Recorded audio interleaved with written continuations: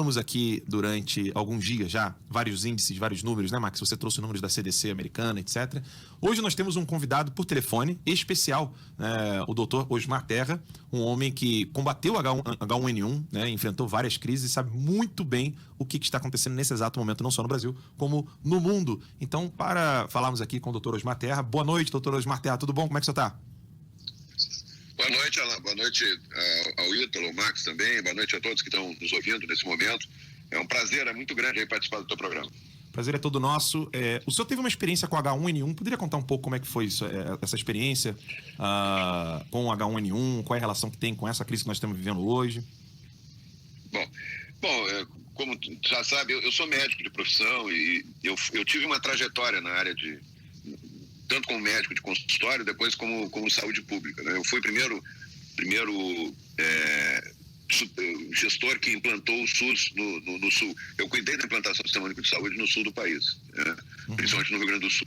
Então, isso na década de 80 ainda. Depois, participei de toda a estruturação do Sistema Único e fui secretário.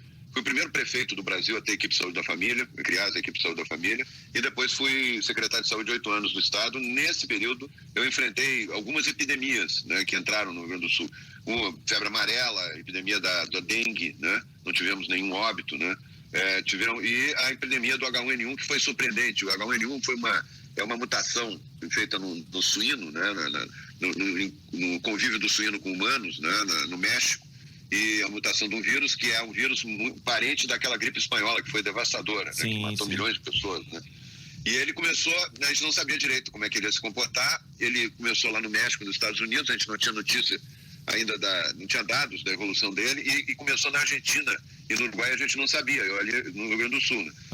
E a Cristina Kirchner proibiu a divulgação. Olha só.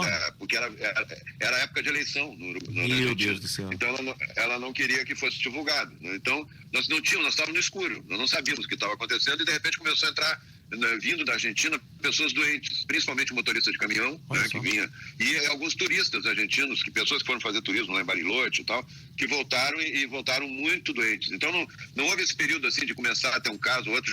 Nós já começamos a ter que atender pessoas direto em UTI, e aí começou a circular o vírus no Brasil, né, no Rio Grande do Sul. Nós tivemos mais de 6 mil casos no Rio Grande do Sul, né, foram 200 e poucos óbitos, né? Mas as pessoas entraram em insuficiência respiratória aguda. E eu tô observando que tudo que a gente está vendo agora, desse pânico na população, no começo da H1N1 foi muito parecido, né? Inclusive profissionais médicos dizendo que nunca tinha visto uma coisa tão trágica, tão devastadora, morrer tanta gente, dando pânico na população, e o gestor com dificuldade de acalmar as pessoas, porque para tu ter sucesso fazendo uma gestão, as pessoas têm que estar te ouvindo, pelo menos. Sim. Tem que ter interesse em te ouvir, né? Então foi um período ali difícil, a gente conseguiu organizar rapidamente o sistema, nós aumentamos em 30% os leitos de UTI em 3 semanas, né? Por isso que eu não tenho essa preocupação de que vai faltar leito de UTI. O Brasil está produzindo um respirador, o ministro Mandetta está conduzindo muito bem isso. Ele conseguiu um acordo com as empresas, as indústrias, para elas dobrarem a cada semana o número de respiradores. País, né? E é a Secretaria Especial da Cultura que mantém também toda a parte da Secretaria de Audiovisual, a Secretaria... Aqui, assim, só para fazer essa introdução, essa experiência do H1N1 me ensinou muita coisa, inclusive em lidar, em trabalhar essa questão do pânico da população, né? Eu vou pedir só para o senhor repetir. Desculpa, tivemos um probleminha técnico de áudio aqui. Para o senhor repetir só essa parte aí dos leitos, né? Como é que o senhor conseguiu resolver esse problema dos leitos? Se o Brasil vai conseguir resolver problemas de leitos, e como é que o governo brasileiro está enfrentando isso? Desculpa aí o problema de técnico de áudio. Não existe tem muita gente discutindo que tem que achatar a curva para a demanda poder ser atendida, se não entra em colapso e tal. Eu quero te dizer que eu não vejo esse risco, né? Com a epidemia do H1N1, que tinha muito mais casos de UTI do que terá o coronavírus, né? Porque ele dava uma lesão grave no pulmão, ele dava uma hemorragia nos alvéolos, inundava de sangue os pulmões, né? E principalmente em mulheres grávidas que já tinham dificuldade de respirar por causa do diafragma estar mais empurrado para cima, né? Obesos, jovens também tinham. Os idosos não pegaram o H1N1. Eles tinham uma imunidade cruzada da gripe asiática lá da década de 50, 60, Então eles não, quem nasceu naquela época não pegava epidemia, não pegava a doença, né? Já tinha imunidade. O vírus da gripe asiática é muito parecido com o vírus do H1N1. Ele simula essa mutação, né? Que o pessoal às vezes acaba achando que todos os subtipos, né? Acho que esse é o termo certo, se eu me perdoe aí, se eu estiver usando algum termo que não é... Sim, tá certo. Mas existem 400 subtipos do influenza A e as pessoas às vezes tendem a pensar que todos esses 400 tipos atuam da mesma maneira, né? E não é, né? Todos eles atuam diferentes. A gripe espanhola, por exemplo, que foi uma gripe que deu hemorragia dos alvéolos também, e na época matou muita gente, né? Ela foi muito mais violenta. Ela é uma gripe A, né? Ela é do grupo do H1N1, né? Então tem muitos tipos diferentes. Eles volta e meia há uma mutação em algum lugar onde tem um maior convívio de seres humanos com animais. Em geral é isso. E o animal é receptor, então a partir dá uma mutação no animal, e o animal, no caso do México, por isso que ela tem o nome de gripe suína, foi nas grandes criações de suínos lá do México que ocorreu a mutação. Né? Sim. Tem lá confinados, né? Então a partir dali teve a mutação e começou a se reproduzir de humano para humano. E aí é rápido, porque o ser humano não tem defesa para os novos vírus, né? Nós temos, se hoje tu for medir os anticorpos que tu tem no corpo, tu tem centenas de anticorpos para centenas de doenças diferentes que não vão te dar mais. Porque quando entrar aquele vírus que já te deu uma gripe, que já te deu sarampo, que já te deu outra coisa no passado, tu vai ter os anticorpos ali para enfrentar, né? Ou porque vacinou, ou porque pegou a doença e criou anticorpos, né? Então, mas tem os novos que a gente não tem defesa nenhuma, né? Então, quando tem uma mutação, é um vírus novo. E esse vírus novo vai e espalha, né? Ele entra nas pessoas, ele vai com muita rapidez. Isso é uma característica importante para entender por que não tem essas medidas de quarentena e tal, não tem resultado. Pois é, né? isso que eu queria saber. Você falou assim, se ele se espalha com rapidez, então a quarentena, confinamento, lockdown, nada disso funciona, né? Não funciona. Isso aí é muito mais atrapalha do que... Inclusive, pode ser mais causa de aumento do contágio do que... eu vou te explicar por quê. O vírus, quando, por exemplo, a China anunciou a epidemia em janeiro, né? Então, em janeiro, eles tinham um teste lá, fizeram o teste e viram que tinha, já não sei quantas... Mas foi um monte de pessoas de uma vez só. Por quê? Porque, provavelmente, já havia circulação do vírus 1 mês, 2 meses antes. Isso é comum, todas as epidemias têm isso. O vírus entra, mas não avisa ninguém. E não dá sintoma nas pessoas que ele pega. Ele só começa a ser descoberto quando as pessoas começam a apresentar sintoma. Então, naquela grande parte das pessoas, 99% das pessoas, mais de 99% das pessoas que terão contato com o vírus, não terão sintoma nenhum. Eles só vão ser infectados, vão transmitir o vírus, mas vão ser infectados e vão criar anticorpos e em 15 dias ali o vírus para de transmitir. Então, ela tá protegida e não sabe, ela nem sabe que teve. Né? Então nós podemos afirmar, isso é muito rápido. Podemos afirmar com certeza assim, o vírus existe, o problema existe, mas existe uma propaganda, uma histeria com relação a tudo isso que está atrapalhando mais que ajudando. Com certeza, eu não sei qual, eu tenho um interesse aí que não é um interesse de saúde pública aí para assustar as pessoas, né? Esse vírus vai ser muito mais brando do que o H1N1. O H1N1 teve 51 detectados. Para cada caso detectado, tu tem no mínimo 1.000 ou 2.000 pessoas que têm vírus também, que passaram pelo vírus, criaram anticorpo e que não vão aparecer, né? Então são milhões. O vírus só termina a epidemia quando mais da metade da população está contaminada. Em qualquer epidemia de vírus, dessas transmissão de pessoa para pessoa. Então, quando chega a 50%, faz uma curva, ele sobe rápido. Agora nós estamos na fase de subida rápida do corona aqui no Brasil. Ele sobe rápido, chega a um determinado momento, isso tudo pode ser calculado e previsto matematicamente. Ele faz uma inflexão, porque chegou a mais da metade da população com o vírus, imunizada já para o vírus. Então, ela cria o efeito rebanho, que se chama. Ele fica, essa população que tem anticorpo protege a expansão do vírus para a população que não tem anticorpo, né? Então, há uma queda rápida do vírus. Isso dura 13 semanas, mais ou menos.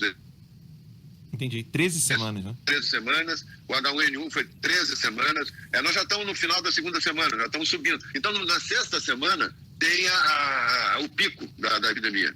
E isso é uma força da natureza. Isso não tem achatamento com confinamento, isso não existe, entendeu? Não se consegue. Porque em Lodge teve um achatamento porque o pessoal fez confinamento e tal. E isso aí deve ter alguma outra explicação que não é só a Itália, por exemplo. Dia 9 de março, né? E a Itália, eu falo da epidemia. A Itália, eu estou falando da Lombardia, não é a Itália toda. No sul da Itália não tem epidemia, né? É importante dizer isso. A Sicília não tem, a região da Toscana não tem. Então, que se concentrou lá por alguns motivos. Depois eu falo sobre isso. Então, dia 9 de março, surgiram 1.580 casos novos num dia, lá na Itália. 1.580 casos novos, tá? Aí eles decretaram a quarentena. Então botaram todo mundo na região toda lá da Lombardia, então as pessoas não podem sair de casa. Então tu junta todo mundo em casa. Quando chega a esse ponto, quando tem uma quantidade muito grande, antes de aparecer os primeiros casos, já tem muita gente contaminada. Dá para dizer que hoje no Brasil, e lá na Itália não foi diferente, já tem coisa que a maioria das já tem uma pessoa que foi contaminada pelo vírus, né?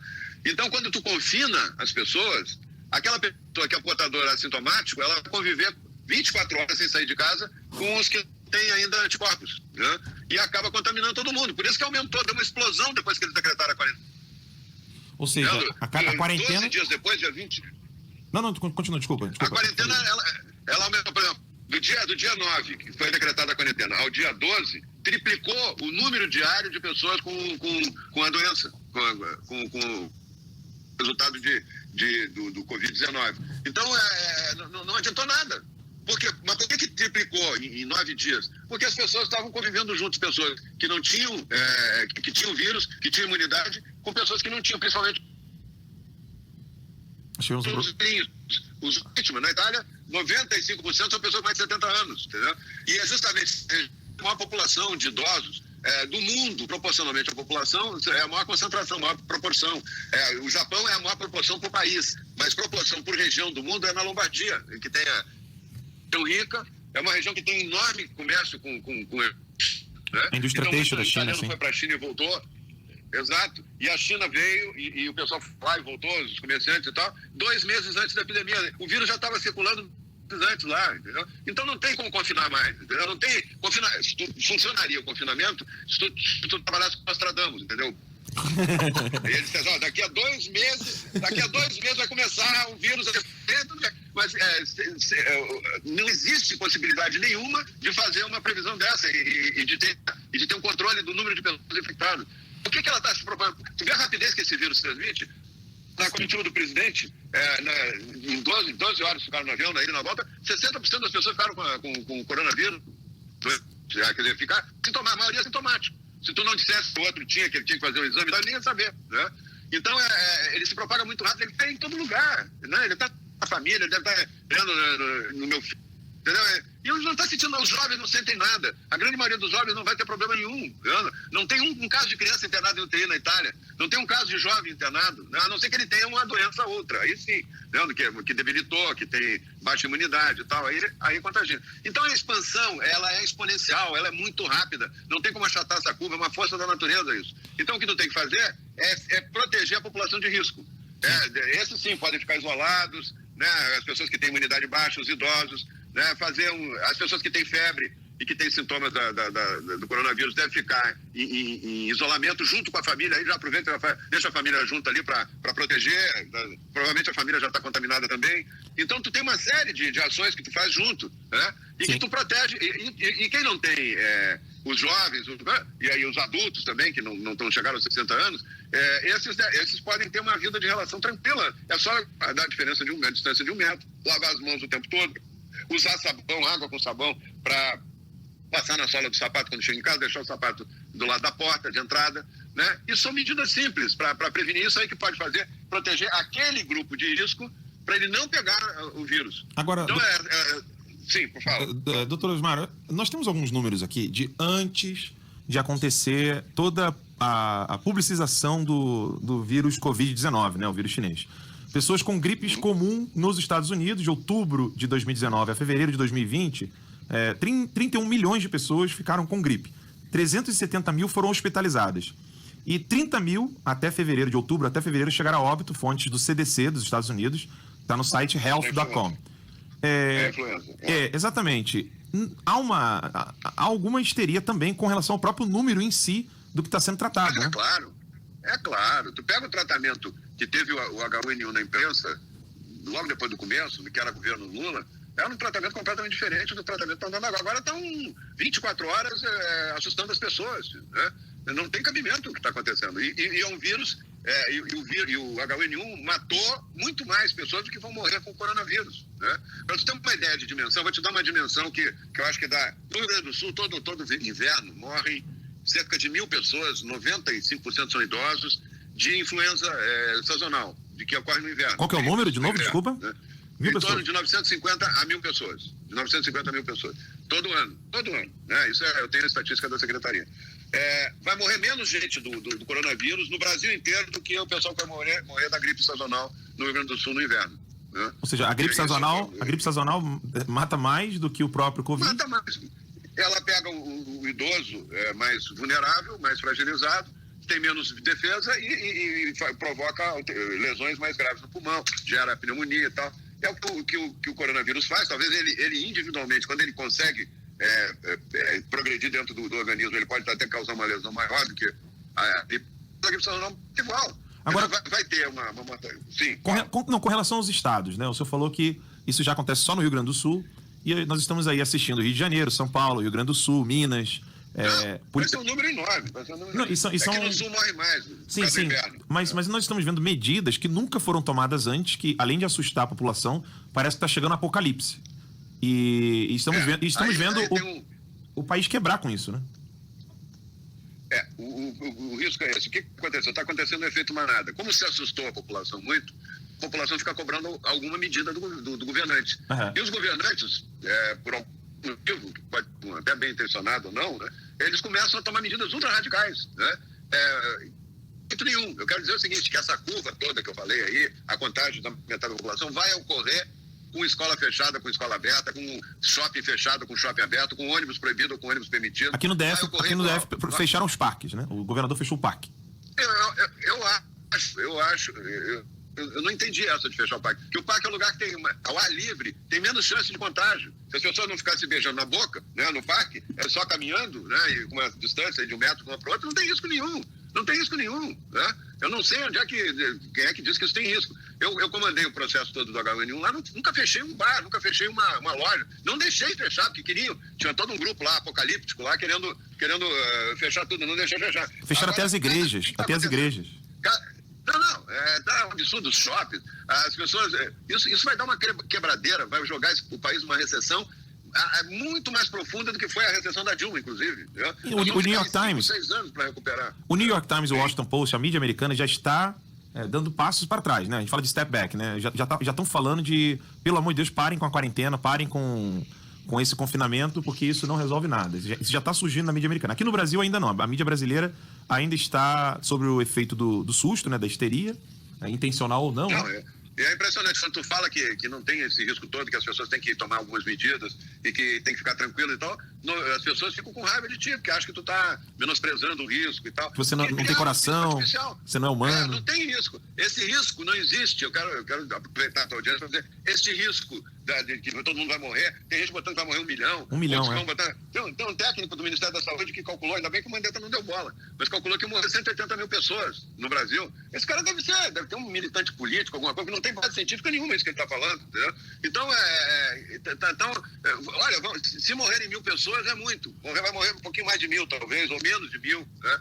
É o que eu disse, vai morrer menos do que na gripe sazonal do Rio Grande do Sul. Em todo o Brasil vai morrer menos que na gripe sazonal do Rio Grande do Sul. Nos Estados Unidos, tu deu um exemplo ali que é interessante, 30 mil, acho que até foi um pouco mais. Eu tinha a informação, foi um pouco mais o número de mortes. Em março já deu 40 mil. Em março já deu 40 mil. 40 mil. Eu tinha essa informação dos 40 mil. Então, a influenza matou 40 mil. Sabe quantos que vão morrer do coronavírus lá nos Estados Unidos? Vai ser a 8ª parte disso e talvez muito menos, entendeu?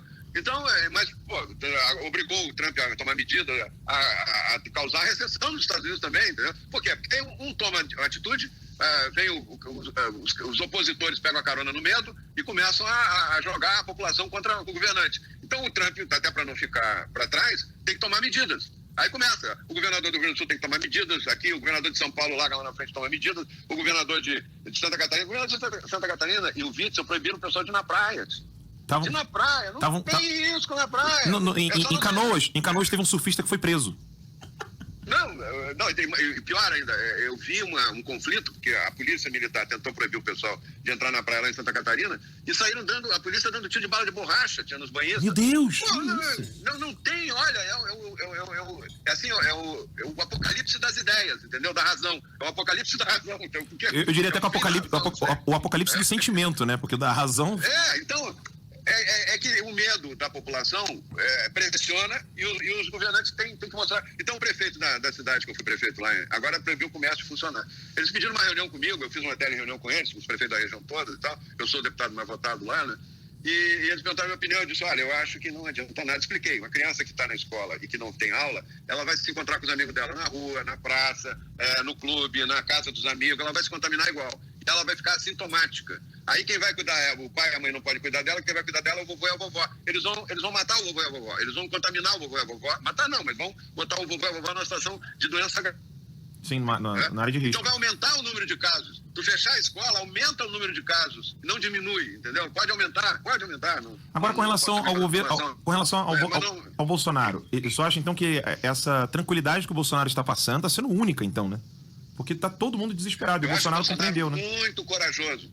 Eu acho que ele é muito corajoso, porque ele está enfrentando, ele está tendo consciência que esse processo termina em pouco tempo, que não vai ter a gravidade toda que estão pintando, que nós não vamos ser a Itália, nós não vamos ter muito menos problemas que a Itália. Nossa rede vai dar conta do atendimento, agora vai começar a aumentar, pode assustar um pouco as pessoas, até a terceira semana de abril, vai ter um aumento aí diário de 200, 300 casos novos e tal, 10 mortes, 5 mortes e tal, mas vai ser um fenômeno que não tem como segurar, entendeu? Não tem medida que segure isso aí. Nós temos que segurar proteger os mais idosos. Quanto mais a gente proteger mais idosos, menos gente vai morrer e tal. Então é isso. O Bolsonaro, ele tem consciência disso e tomou uma atitude corajosa, porque ele não pegou carona no medo. Sim. Os outros todos, líderes, estão pegando carona no medo. E um medo nacional, que não tem base na realidade, não tem base científica, não tem nada. Eu vou te dar um exemplo, o reitor da Universidade de Portas, que é uma pessoa que eu gosto muito, então eu posso falar, não tem nada contra ele, mas ele fechou a universidade lá sem ter um caso no sul do Rio Grande do Sul. Não tinha um caso na região sul inteira. Ele fechou a universidade. Isso provoca pânico na população. Quando tu fecha, o governador manda fechar as escolas todas, manda fechar shopping, proíbe o ônibus de circular. Ele está gerando medo, aquele pânico que ele já tem, que eles ligam a televisão, eles já ficam com o pânico multiplicado.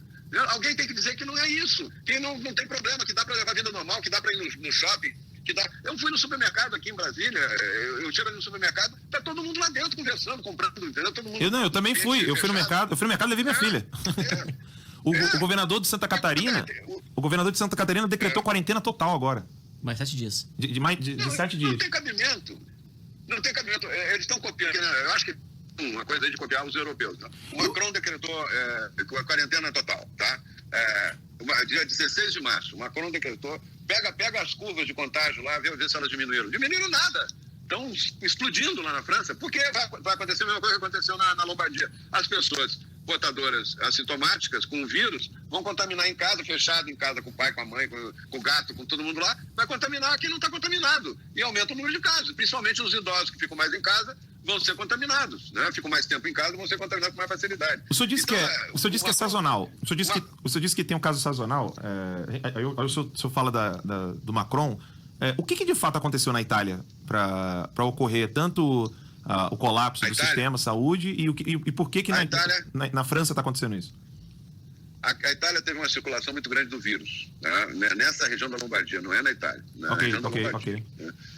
E teve uma circulação muito grande do vírus, tem uma concentração de idosos gigantesca, 40% da população da Lombardia tem mais de 70 anos, 65 anos, né? A rede pública, a rede de hospitais é pequena, proporcional à população lá na Itália, né?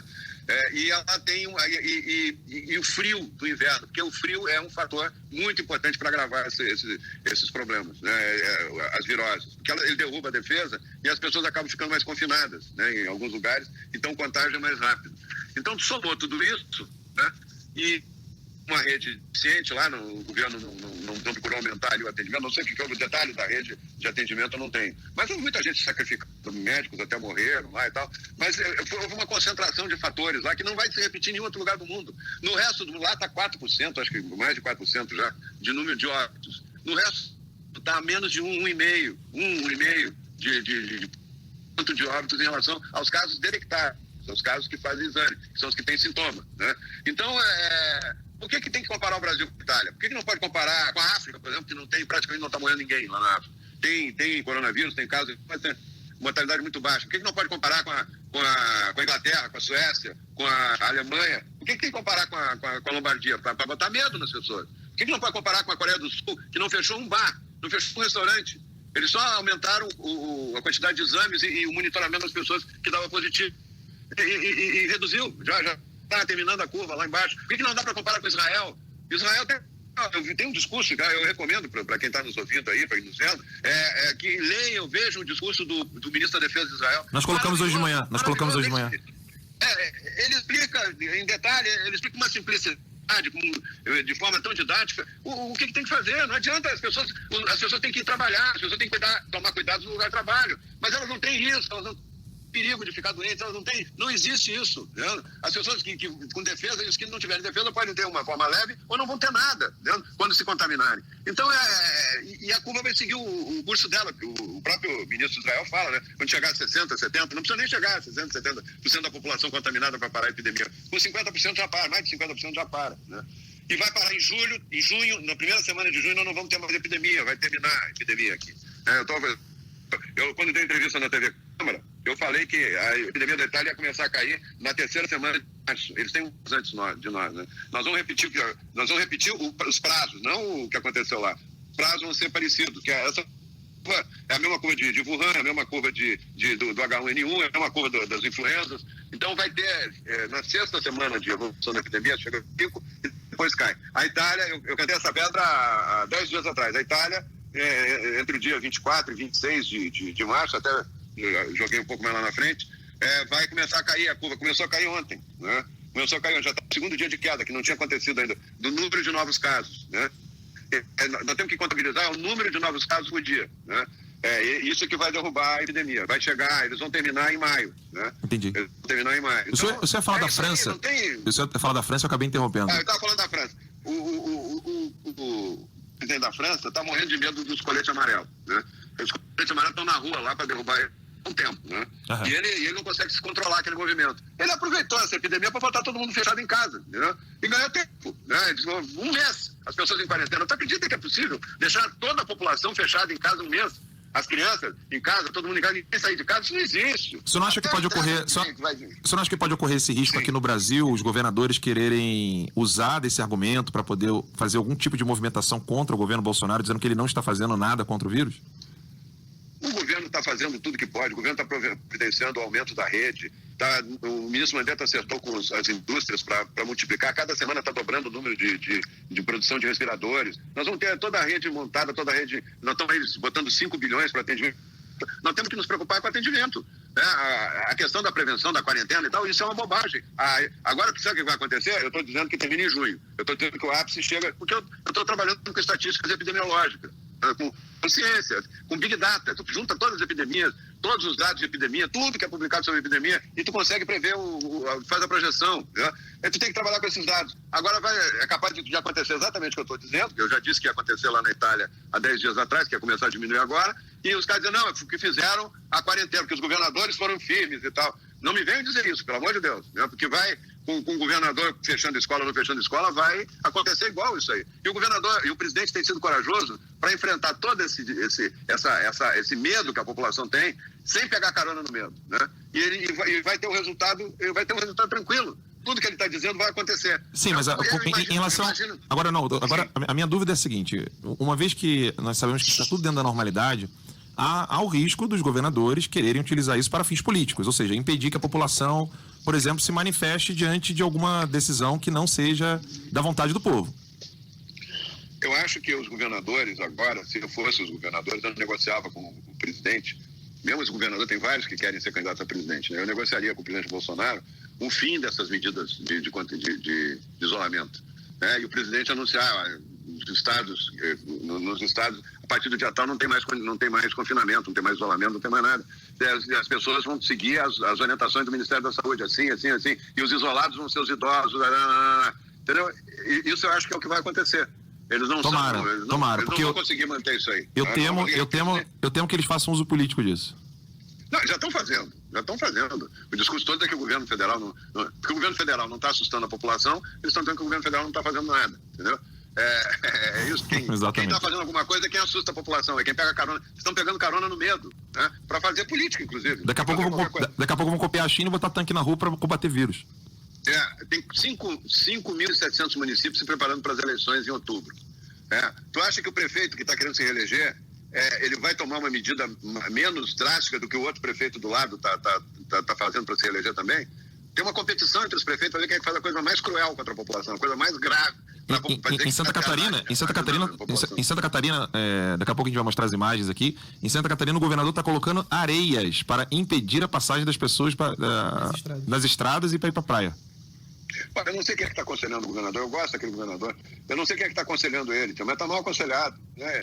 De uma maneira geral, eu acho que até os técnicos nem estão sendo ouvidos, né, pelos governos. Eles estão tomando medidas de impacto pirotécnicas, de impacto popular, assim, para agradar. A imprensa está fazendo um papel sujo, né?